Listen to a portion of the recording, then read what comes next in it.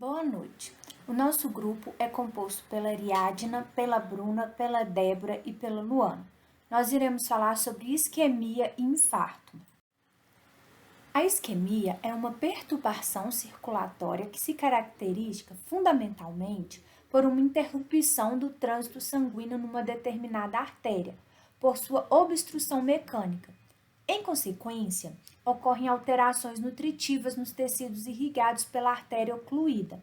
As causas da isquemia podem ser espasmos da artéria, compreensões sobre as artérias como os abscessos, os tumores, os parasitas e outros. Há fluxo excessivo de sangue para outros órgãos. Um infarto é causado pela falta de irrigação sanguínea em um órgão, o que leva a uma isquemia da área afetada. Isquemia. Principais causas. Na grande maioria das vezes, a isquemia é causada por obstrução total ou parcial de artérias, veias ou capilares. As causas da obstrução podem estar na luz do vaso ou fora dela. Está por compressão da parede vascular. Obstrução arterial. É a principal causa da isquemia, podendo ser provocada por obstáculos intravasculares, por compressão extrínseca ou por espasmos da parede arterial. A obstrução intravascular parcial ou total resulta, na grande maioria dos casos, de aterosclerose, trombose arterial, embolia e artrites. Obstrução da microcirculação. Obstrução de capilares com isquemia localizada e pode ser causada por aumento da viscosidade sanguínea, coagulação intravascular disseminada com microtrombos na microcirculação, compressão extrínseca, como ocorre em pacientes acamados que desenvolvem úlceras e decúbito, embolia gasosa e gordurosa, parasitismo de células endoteliais e de células de Kupfer, com tumefação endotelial acentuada, como ocorre em algumas infecções por micro-organismos intracelulares ou que induzem aderência de eritrócitos ao endotélio capilar. Obstrução venosa. Pode resultar de trombose ou de compressão extrínseca. A causa principal de compressão venosa extrínseca é torção do pedículo vascular, mas pode ocorrer também por compressão por tumores ou linfonodos aumentados de volume. Isquemia por obstrução de uma veia depende também da rede de vias colaterais de drenagem.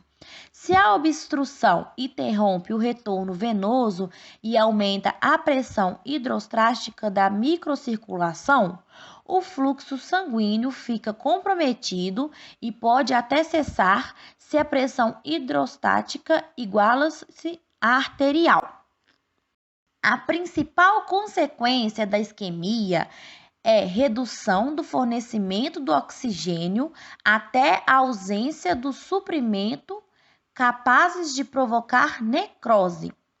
Como diferentes tecidos têm a suscetibilidade distinta à hipóxia ou anóxia, as lesões variam muito segundo o órgão afetado. O tecido nervoso é muito sensível à hipóxia. Neurônios podem sofrer necrose após poucos minutos de anóxia. Já o tecido muscular estriado é mais resistente, o mesmo acontecendo com o tecido ósseo.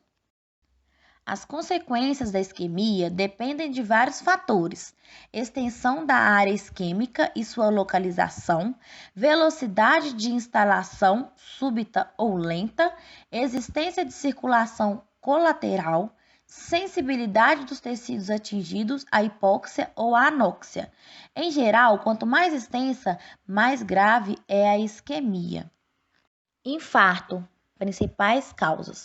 O infarto é uma área localizada de necrose isquêmica, por interrupção do fluxo sanguíneo arterial ou venoso. O infarto pode ser branco ou vermelho. Infarto branco é aquele em que a região afetada fica mais clara, branca ou amarelada, do que a cor normal do órgão. Infarto branco é causado por obstrução arterial em territórios sem ou com escassa circulação colateral, em órgãos ou territórios supridos por ramos colaterais. Estes podem evitar lesões isquêmicas, especificamente se formado por tecidos que, naturalmente, resistem a mais hipóxia ou anóxia, em órgãos com circulação terminal ou com poucos ramos colaterais, obstrução arterial, especialmente em situações de aumento da demanda de oxigênio no encéfalo, nos rins e no baço. No infarto vermelho, a região comprometida adquire coloração vermelha em razão da hemorragia que se forma na área infartada.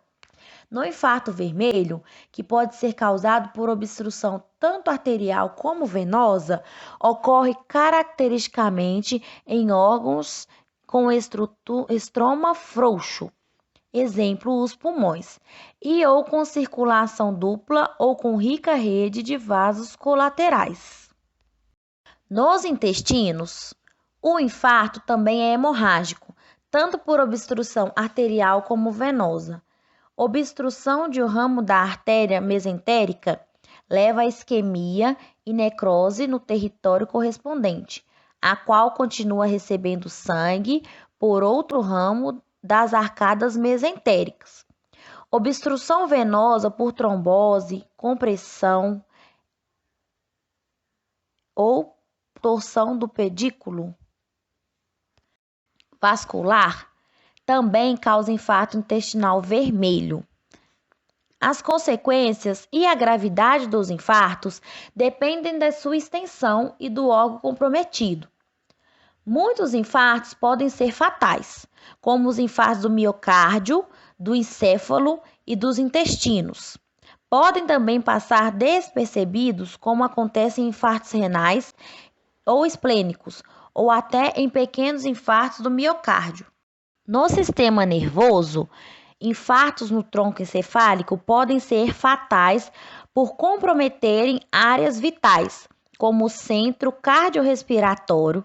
Mais frequentemente, os infartos cerebrais comprometem a via piramidal e deixam sequelas motoras.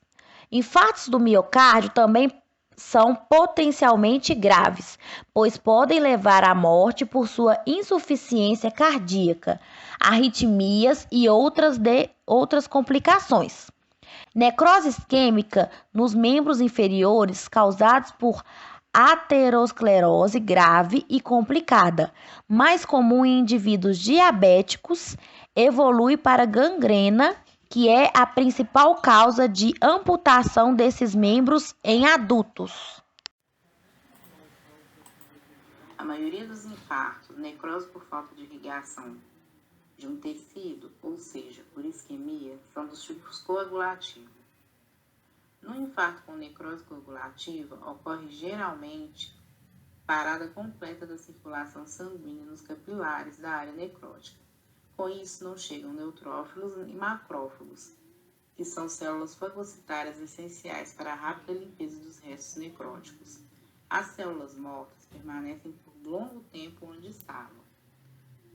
Ocorrem alterações nucleares, picnose, seguida de cariólise. Cariorrexe é mais rara e, eventualmente, o núcleo desaparece totalmente. O citoplasma passa a eosinófilo. Este conjunto de alteração constitui a manifestação morfológica da necrose. O tempo decorrido até esse ponto é geralmente de poucos dias, tipicamente 4 dias a uma semana. O material necrótico é removido lentamente a partir da periferia, porque lá existe circulação capilar íntegra, de onde provém células fagocitárias. A remoção do material necrótico por fagócitos é chamada de heterólise. Macroscopicamente, a área de necrose coagulativa é firme e pálida, por ausência de circulação, bem delimitada do tecido normal. Quando a causa é isquemia, É característica a forma de cunha, com o ângulo voltado para o centro do órgão, isto é, para o vaso ocluído.